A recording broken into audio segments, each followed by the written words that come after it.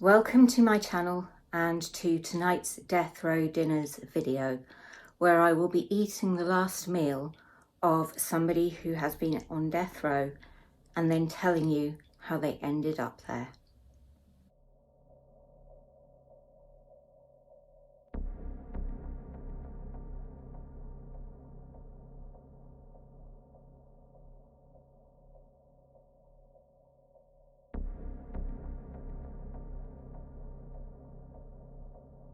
So guys, this is a very serious video, but I'm going to have to start by telling you what an absolute idiot I have been.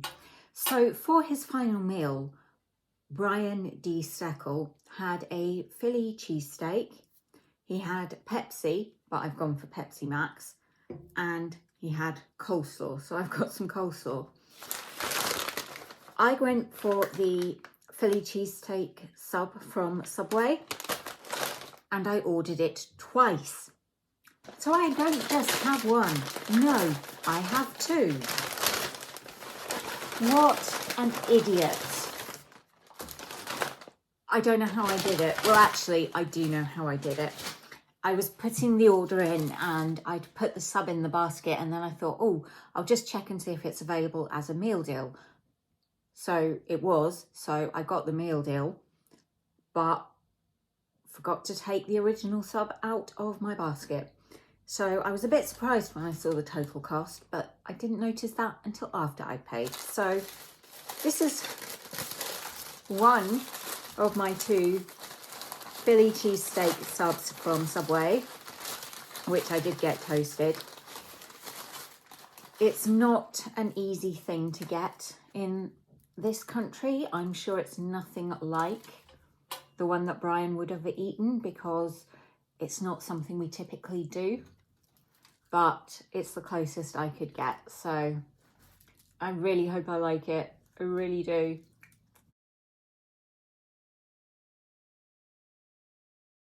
It's nice, but I don't love it. It's definitely not what I would choose for a last meal.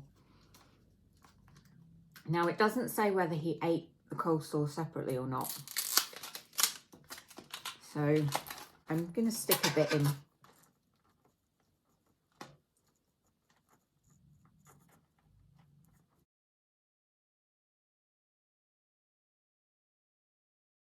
That really improves it, I think. So I'm going to enjoy both of my subs and pass you on to another version of me to tell you exactly how Brian Steckel ended up on death row with this for his final meal. Brian David Steckel was born on December the 14th, 1968 in Allentown, Pennsylvania, to Marlene Renninger and Robert C. Steckel. I was unable to find out much information about his childhood, but he did have a brother, Robert Steckel Jr. After his father passed away, his mother got remarried to a man named Wiley P. Edwards. This blended family meant that Brian had a total of 7 siblings. He was sometimes known as Red on account of the colour of his hair. A court document mentions that Steckel had a tragic childhood, his defence touching on topics of childhood emotional neglect and sexual abuse. He also had issues with alcohol, substance abuse, and a limited education. In one of his confessions to police, Steckel said he was a messed up person. I was a redhead. People taunted me. People did expletive to me. You know what I mean? Pushing me aside, step on me. I got tired of that, man. I just fought back. My family loved me, and now they're scared of me because they made me this way. The family, the system, society. His school and juvenile detention records showed a pattern of someone who flouted common decency and showed little regard for the feelings and rights of others. Despite this, he was able to hold down some jobs, firstly as a cook at Dempsey's restaurant in Allentown, then with Mayflower Moving in Delaware. He also got married and had a daughter, Megan. She was 12 at the time of his death. Steckel struck an imposing figure, 6 feet and 3 inches tall and lean, his job moving furniture having made him strong. Several months before he killed Sandra Long, he got into a fight with a bartender on Union Street and flattened him with a single punch. 29-year-old divorcee Sandra Lee Long lived in one of the Driftwood Club apartments.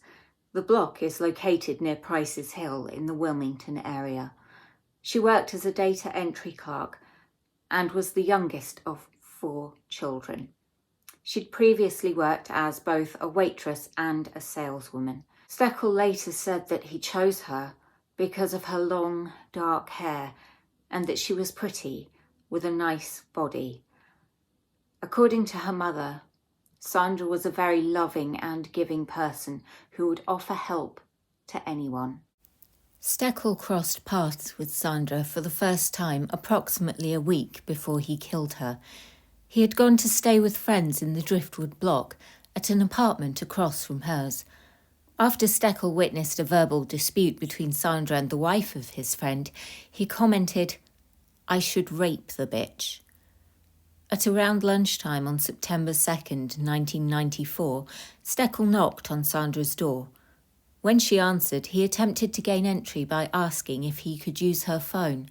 Other tenants in the building reported that he was known to ask to use other people's phones, claiming he needed one with touch tone in order to access his messages.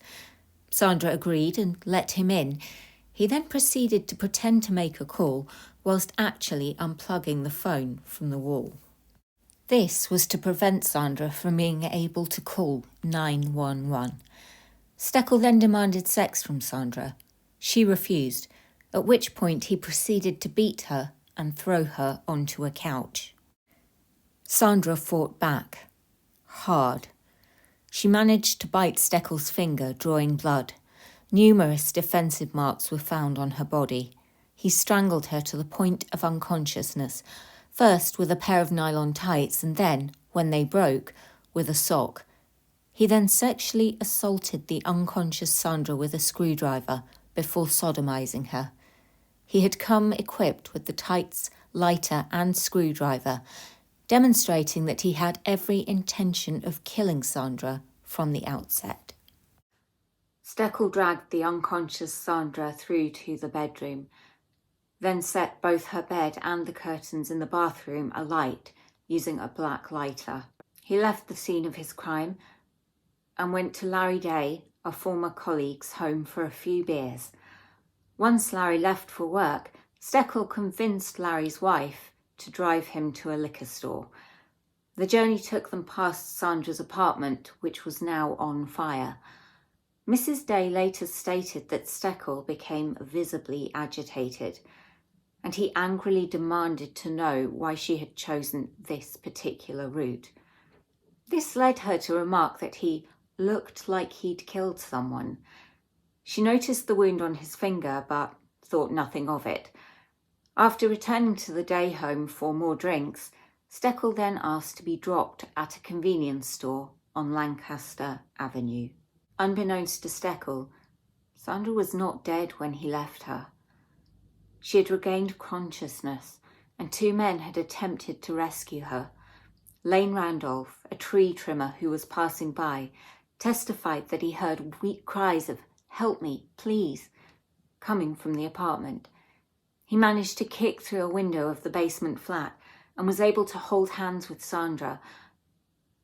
However, by this point the fire had taken hold, and despite his best efforts, he was unable to pull Sandra to safety. Meanwhile, his co-worker, John Hall, was attempting to break down the apartment door. He succeeded, but the force and temperature of the flames prevented him from entering. As a result, Sandra died from smoke inhalation and 60% burns to her body. Once the fire had been extinguished, Hall went back to look through the window. He says that he saw Sandra folded like a flower in a microwave. Later that same day, the News Journal received an anonymous phone call from a male who identified himself as the Driftwood Killer. In this call, he stated the name of his next victim, Susan Gell. The News Journal contacted the police and they brought Susan into protective custody. She reported to them several instances of receiving phone calls of a sexual and lurid nature, and the police were able to track these calls to Brian Steckel. An outstanding warrant on Steckel for harassment because of these calls allowed authorities to arrest him. The officer who went to make the arrest, McGowan, located Steckel drunk in the street on September 3rd, 1994. Even he was wary of approaching Steckel alone and managed to convince him that he was letting him off on a charge of public drunkenness as long as he allowed the officer to give him a ride home. McGowan drove to headquarters where Steckel was booked for murder and given a night in the cells to sleep things off as he was too intoxicated to be interviewed. When Steckel awoke the next morning, he asked police, "So, I killed her then?" Once in the interview room, Steckel waived his Miranda rights and proceeded to relay Sandra's murder in great detail, as well as confessing to several other murders. He told police where he had discarded the screwdriver used in the assault on Sandra and agreed to have his finger examined by a forensic dentist who was able to prove that the bite had been inflicted by Sandra and within the last 24 hours. Whilst officers doubted the credibility of some of what he said, subsequent investigation by the police, including the autopsy of Sandra, the fire department's discovery of the points of origin of the fire, DNA testing of blood found on Sandra's apartment door, which matched Steckel, and the discovery of the nylons, lighter and screwdriver used in the attack, corroborated his account. One other crime which Steckel confessed to remains unsolved to this day: the abduction and murder of 44-year-old Frances Kiefer, Steckel's former neighbour. She disappeared from her S. Hoffert Street home on March 22nd, 1994. Frances has never been found. Even with the murder he had clearly committed, police had to do some work in separating the truth from fiction, as Steckel changed his story several times. He firstly said he had met Sandy through a sleazy thing in the neighbourhood. He later objected to this, insisting that Sandy was not sleazy. He told police that he had killed Sandra for refusing to have sex. He also said they had consensual sex several times that day before the murder. A third account was that Sandra was pregnant and the child was his. Steckel claimed that she'd been demanding support payments. Months later, during an interview he gave in prison to the News Journal, he denied having any involvement in the murder at all, blaming it all instead on a drug-fueled married man with his own family. Steckel was a married man with a family and a history of substance abuse. Just saying. Just days before his execution, his story was still changing. He reportedly told a prison official that Sandra started the fight, accusing him of stealing drugs and hitting him with a frying pan. At the time of the attack on her, her family did believe that she was pregnant. This, however, was disproven during the autopsy, which revealed no evidence of any pregnancy. Many of the police and prosecutors were of the opinion that if he got the chance, Steckel would kill again. Whilst in custody, he sent numerous letters confessing to other murders, as well as some bragging about what he had done to Sandra. The phone call he made to the News Journal and the fact that, before killing Sandra in 1994, Steckel had been known to boast to strangers that his tattoos came from prison, a result of committing murders in other states, would indicate that Steckel himself wanted to be a serial killer. When confessing his other killings to police, Steckel offered up the fact that his bite marks were on the buttocks of the victims. Police were able to eliminate him as a suspect for several of these crimes to which he had confessed, and were unable to link him to any of the others. During his trial, Steckel sent a copy of Sandra Long's autopsy report to her mother, writing, "Read it and weep. She's gone forever. Don't cry over burnt flesh." I cannot even begin to imagine what that must have been like for her. John Downs, an investigator on Sandra's case, held the belief that Steckel had been wanting to commit a murder for a long time, and it was lucky he'd been caught at the outset of what could have become a criminal career. He felt a sense of excitement from Steckel during interviews, finally having done something which he'd always dreamed of doing. Joseph Gabay, who defended Steckel at trial, said he had all the triggers, all the mechanisms early in his life to turn a person violent. Gabay said Steckel seemed to like the attention his crimes brought and his sense of control over another person. Steckel wanted people to be afraid of him. He also expressed the opinion that before and during the trial, Steckel seemed fixated on getting the death penalty. He refused to undergo a proper psychiatric assessment or to allow his childhood sexual abuse to be presented in court. These were two things which the jury may have considered to be mitigating factors. It's worth noting that during attempts by professionals to assess his mental state, Steckel made things extremely difficult for them. Actions, such as the letters he sent to Sandra's mother, would not be forgiven by the jury. Gabay felt that Steckel would not be a danger in prison where there was a rigid structure, but if allowed out, he could pose a significant threat to others. Relatives of Steckel testified in his favour. One aunt, Nancy Reniger, said, "You could not find a more gentle child." Steckel's brother Robert recalled ripping open Christmas presents with his younger sibling and playing together.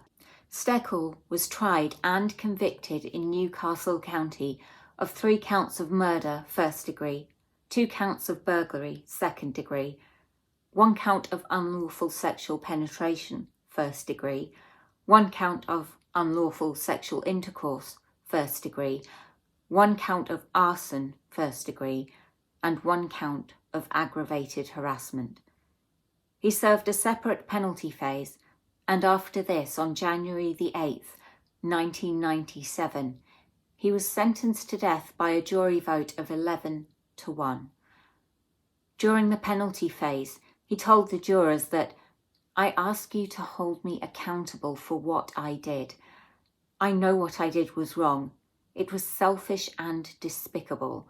This was the only time Steckel showed any repentance. When the presiding judge, William C. Carpenter Jr., passed the sentence, remarking that the crime was exceedingly depraved, cruel, and vicious, Steckel smiled. Delaware Supreme Court affirmed the sentence and conviction on May 22, 1998. Steckel appealed numerous times throughout 1998 and 1999, claiming that his defence had been ineffectual. He attested that they failed to recognise, investigate, or present mitigating evidence of his narcissistic personality disorder, something which led Steckel to exaggerate and unable to distinguish fact from fiction. The fact that the confessions he made to other crimes could have impacted on his sentence. Had the jury been informed of his personality disorder, this may have affected their decision.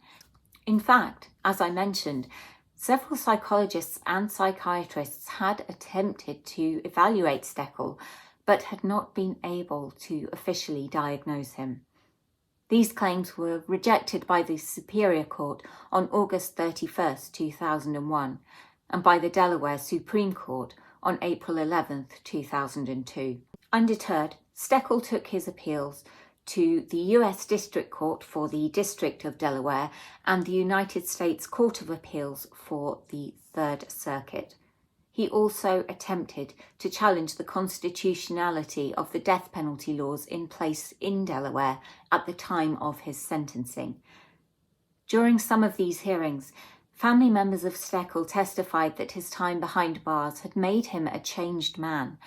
He had matured and was now truly remorseful for what he had done. Though he refused any psychiatric evaluation during the original trial process, Steckel was subsequently diagnosed as having both ADD and antisocial personality disorder. Arguments were presented that Steckel had suffered from delusions of grandeur from a young age, believing that one day he would own a basketball team. He dropped out of school, and the jobs he did manage to secure did not last long. All of these appeals were denied, and his execution date was set. The court ruled that Steckel's uncooperative behaviour meant that it would have been difficult for his counsel to have detected any underlying personality disorder. The court believed that this may have actually presented Steckel as even more dangerous in the minds of the jury, and, given the crimes he committed, would not have convinced them that the death penalty should be taken off the table. Brian David Steckel was executed in the state of Delaware on November the 4th, 2005. This took place at the Delaware County Correctional Center near Smyrna by lethal injection. This did not go smoothly. During his final statement, he repeatedly apologized for his crimes, professed love for his family and supporters, and said that he accepted his punishment. I want to say I'm sorry for the cruel things I did. I'm not the same man I was when I came to jail. I changed. I'm a better man. I walked in here without a fight, and I accept my punishment. It is time to go. I love you people. He also told his cousin and a friend who were witnesses to his death to tell his 12-year-old daughter, I said no excuses. There were about 60 protesters gathered outside on the date of the execution, some protesting against the death penalty and others in favour of it. Amongst them was John Hall, one of the men who attempted to rescue Sandra. He said that, I was there. I watched her die.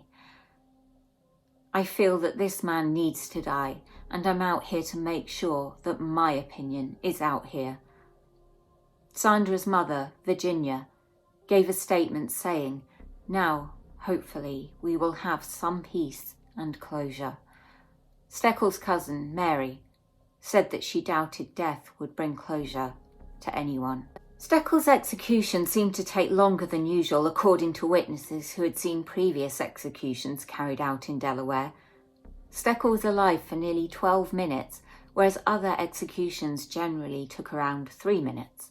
Twice before he closed his eyes, he said goodbye and appeared to brace himself, only to then look around and continue talking.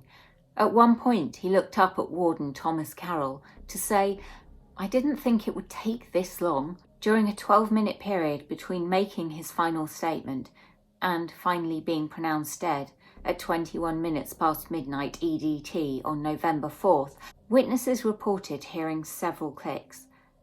This indicated that there were several failures during the administration process. It was observed that the sedative and paralytic drugs had failed to take effect on Steckel, as he was lucid and talking with his family during this time, and was seen to convulse. Delaware Department of Correction spokeswoman Beth Welch said that nothing went wrong with the execution, and the length of time was just due to the warden giving Brian Steckel more time to make his final statement. Following the execution of Steckel, Governor Minner made the following statement. The state of Delaware this morning carried out Brian D. Steckel's penalty for the murder of Sandra Lee Long. I pray that the completion of this sentence, recommended by a jury, and imposed by a judge will bring some amount of closure to Ms. Long's family. May God have mercy on Mr. Steckel.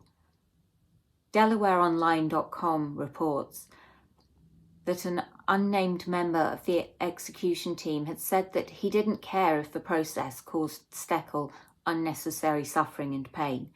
Indeed, at the time the execution was carried out, he had been retired for several years and was no longer licensed to practice as a paramedic or an EMT. Despite this, he was involved in setting up the equipment which would be used in the execution. Thank you for listening to this case. I want to leave you with the words of Sandra's sister, Karen Thomas. I don't care if he lives or dies. I just want people to remember Sandra. She was beautiful, an angel.